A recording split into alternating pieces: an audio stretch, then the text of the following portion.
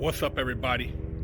Big Herc 916, and you tuned in to another edition of my vlog. I want to say thank you for supporting my channel.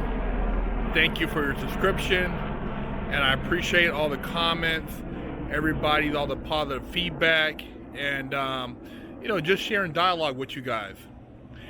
And I want to talk about why are you checking my finances. And what I mean by that is we all have people who say money's not everything. They don't care about money. They're perfectly happy with the condition they're in financially. Whatever they've acquired, they're content with that. But deep down, they hold resentment for what you're trying to acquire or what you're pursuing, whether it be other job opportunities, other career opportunities, other economic opportunities. These people assume because they've reached a state of complacency, you should do the same. And I've heard this conversation, from people, as far as friends, from family, and they just don't want to see you elevate above and beyond what they've been able to attain. And it's a shame, man, because if somebody you really have love for them, you want to see them be as successful as they possibly can. You want to see them reach a level of just elevation that is truly rewarding. I know I wouldn't wish anybody I love to not reach their highest potential, but I see a lot of that going on. I've had people tell me, money's not everything, I don't really care about this, but yet they're borrowing money from the bank. They're trying to acquire money through other means, and they're doing all these things, but yet they're saying money's not that important. That's like a catch-22. If it's not that important, then why are you putting yourself in all these economic debt positions to, pay for certain things? It doesn't make sense. And these same people, when they see you, say, buying something that's what you consider nice or luxurious to treat yourself, or, going on trips, they're always saying something derogative, something slick. If you bought this car, why'd you buy that? You already have 2 cars. Or if you want to move it to a bigger house, why you want a house like that?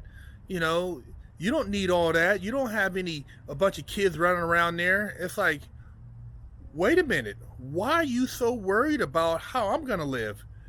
Why don't you just be happy for me? Why don't you compliment me? Why don't you help build my self-confidence up? Why are you hating? That's the problem with a lot of people, man. A lot of people, they just don't want to see you having shit. If it's more than what they have, then, hey, man, you don't deserve it. I had a relative literally want to fight me because they were mad my car, which wasn't a new car, he felt I shouldn't be driving it. It was too nice of a car for me to take possession of. And this is a guy I thought was cool. Cold piece of shit, undercover, hater. And I should have caught on because he made another comment about one of my other cars. And he said something about, where'd you steal that from? And when he said it, I kind of laughed it off. But that was the sentiment he had from the beginning. This dude is basically a hater. And so be careful, man. Be careful when you're around these people and they try to knock your hustle. They try to hate on what you have.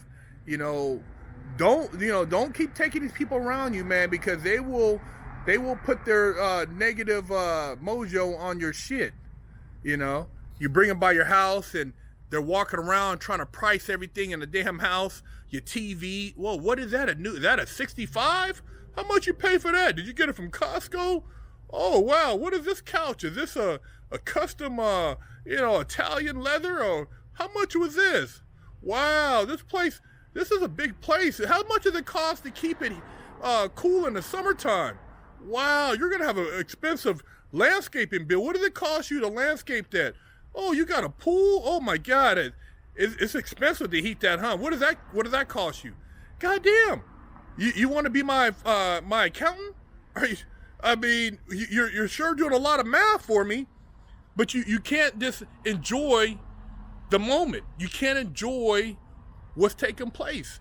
And that's what you have a lot of times when you're trying to do something and you have people who just can't accept the fact that you're on the go, man. And it's all right to be successful. It's all right to have nice things.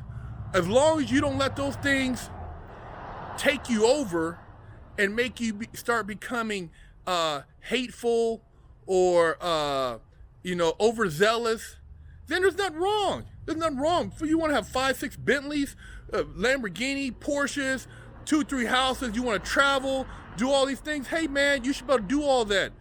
There's nothing wrong with that. You shouldn't feel guilty for being successful. You shouldn't feel guilty for wanting to achieve certain goals. You shouldn't be guilty because you got a watch that costs as much as somebody's house. You earned it. You earned it, man. Yeah, there's a lot of things going on in the world that we can't change. We can't, possibly have any direct effect.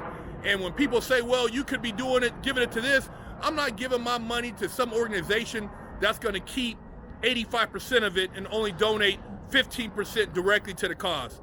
You can't trick me into that trick bag.